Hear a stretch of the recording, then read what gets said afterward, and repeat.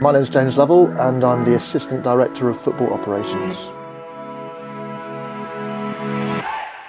At Fulham they sort of probably place us quite centrally as part of the football department, and I suppose customers is the wrong word, but we work with a number of different sort of football departments, so coaching is very much the front line stuff, and we can it's a huge undertaking. Obviously the fixtures have just come out, you've got 38 games plus a cup run like last season, so there's a lot of work for the guys to get through and providing good insights onto who we're about to play.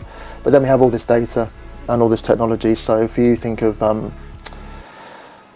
we have not just on our own team, but it's all on the opposition, all this data that sort of will feed into sort of scouting departments as well, to give them sort of players of interest, high performing players, and also directors and stuff like that.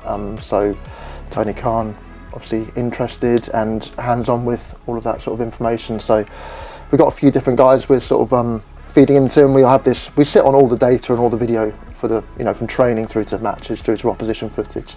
So we sit on a lot of information and we're just trying to share it out the best we can. But it's quite high tech in the Premier League, so when we get to a stadium, be it home or away, you sort of got the broadcast footage, which is quite useful. And then we've got sort of this wide tactical angle, which is really what the coaches want. So there's all this sort of footage and information, it's all getting broken down, and laptops will go down to the changing room at half time, and we've sort of got something you probably don't see is a huge screen in a box ultimately, and that gets wheeled into various stadiums, I guess, and the kitmen hate us for it, but we lug that around the country with us, and it's sort of a nice big screen if Marker wants to present something, not just sort of a tactics board, there might be a key bit of play, so we can build little databases as the game's going along.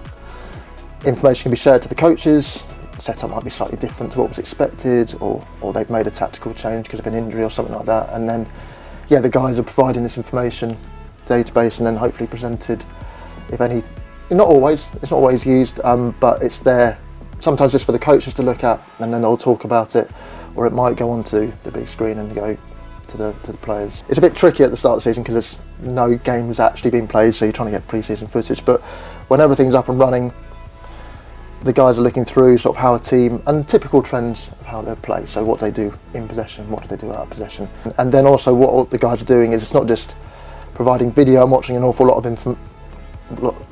the opposition. They're looking at team news, because sometimes some teams are very set and they're just going to be, this team's going to sort of rock up and it doesn't matter if this player's injured, it's sort of a like for like replacement, but they'll look at if tactical changes happen off of a certain injury, and all that information is provided. Yes, it can be satisfying. Set piece is another big one as well, where you sort of data and video can provide really insightful bits of information. So you go and score a nice set piece, I think everyone enjoys that one, so it's a bit of a training ground routine that can be sort of brought to life really on the pitch, and it's a bit like, wow, okay, that's worked.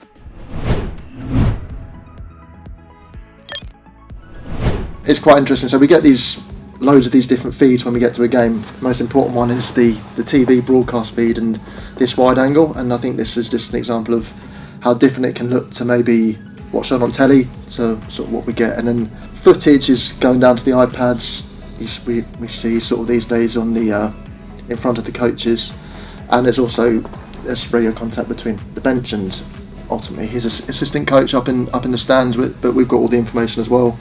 And we have this amazing view at the Cottage, incredible in the new stand, and so it's great to share sort of this sort of perfect pitch view with the coaches. This is actually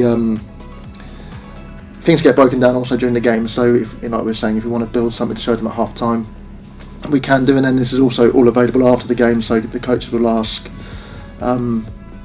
everything which is coded and broken down by the guys goes onto their laptop, so when they leave the stadium they have the match there and they can review it in their own time, and then they'll come in with feedback for the players. But this is just an example of how different it can look, so I'm sure everyone enjoyed this goal.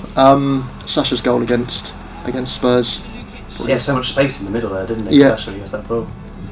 Fantastic run that he makes in between the defence, and then he guides it in. And with that being, a great view. Obviously, we don't see everything. We're sort of relatively sort of cropped in there on the penalty area, and there's also replays during a sort of broadcast. So if you look how quite different that is to maybe what we get sort of seen on telly, and again that sort of information is easier to convey about tactical information, what the coaches want to see us or what the opposition are doing. So it just shows it's their idea is to keep everyone in the picture all of the time, so we can sort of see sort of what's happening sort of up on the halfway line. So we get this really good tactical oversight of sort of what teams are aiming to do. And just to talk on the animation, it looks a bit old school computer game, but you can start to also draw lines on this, and the coaches can actually see distances between the different units, and actually how far, say, that distance between the two centre backs is, or how high the goalkeeper is, and over a period of time you can start to get some quite interesting information. And the same with set pieces, it's actually quite useful, where you can start to see how many players are typically in the box from set pieces, either attacking or defending, and that helps us with our preparation. It's just sometimes quite a nice clean view of everything I can make if I wanted one of the teams to disappear. So you can just go, well, when Fulham are taking a corner, we'll always put X amount of players in the box, and rather it get too jumbled up with all of those dots, I can make the opposition disappear and just go these typical 6 or 7 or 5 go into the box, and it's just some really useful clean bit of information, and vice versa. What do our opposition do? How do they typically set up? And you can have the names, heights, and it can all be documented quite well.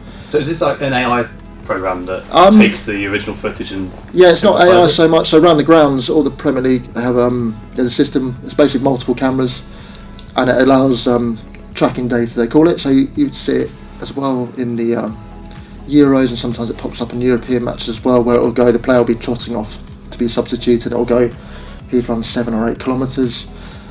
That's done by this sort of these tracking cameras all the way around the ground. So basically the cameras all the way around the ground allows the software to see all of the pitch all at once. So it can track all of these dots and objects all the time. It can sort of identify the speeds that they're travelling at, running forwards, backwards, accelerating, decelerating. So that's where you can start to get the distances. So they'll measure the distances between the objects ultimately on the pitch. And having been here so long, there's been a lot of highlights at the club in that time. There's some personal ones that you look back on fondly? I really enjoyed the Derby semi-final playoff game, Dennis Adoy's header. Obviously I remember sort of up on the old gantry then and sort of hitting my head on the metal bar above, jumping up sort of as it went in, but it was just that atmosphere was just incredible. It was almost from the off, it was electric. Yeah, been some great moments. I think there's some, I think even some great wins. I thought the Old Trafford win this season was like, wow, it was like really, the performance was so good. In the past, there's a couple of superstars like a Berbatov or whatever sort of been around, and I suppose some of the touches at times that he'd pull off and stuff, I'd be like a bit like, oh my God, can that actually be done with a football? So yeah, I think the Derby one was really sort of special because we were behind as well, weren't we? So it was to come back and win that one was pretty electric. Yeah, it was a good night out afterwards as well. It was. It was. A late I one, think you were there, wasn't it? Jeff, weren't you?